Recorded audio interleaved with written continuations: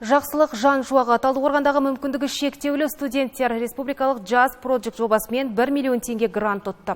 Бағдарлама негізінде олар қаладағы әлжуаз топтарға материалдық көмек көрсетуде. Медициналық маска мен төсек орын жабдығын тігіп таратып жатыр.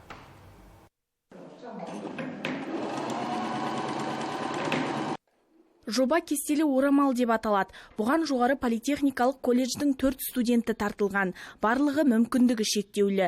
Олар қазір ең қажетті қорғаныс құралына айналған медициналық маска мен төсек орын жабдығын тігеді. Мұнан бөлек жұмсақ ойыншықтар да дайындайды.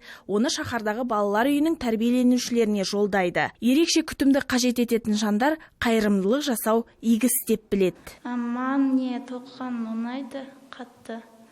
Қолымнан бәрі келеді. Көрген заттарын бәрін жасай беремін. Төсек жабдық, маска, тағы басқа заттарды тігетін боламын. Осы заттарды тіккен маған өзіме ұнайды.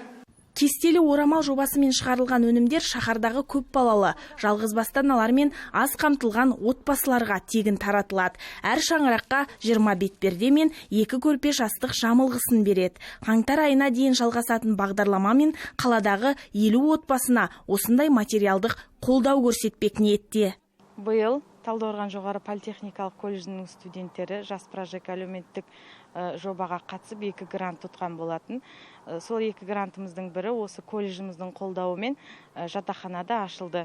Студенттер өздерінің қолдан жасаған өнімдерді жаңағы әлжуаз топтарға өз еркімен тегін береміз. Мамандардың айтуынша бұл қайырымдылық шарасы талап бойынша 5 ай емес, одан әрі жалғасын таппақ. Айта кетейік, орта білім мекемесі Jazz Project жобасы мен кестелі орамалдан бөлек сән салонына грант ұтқан еді.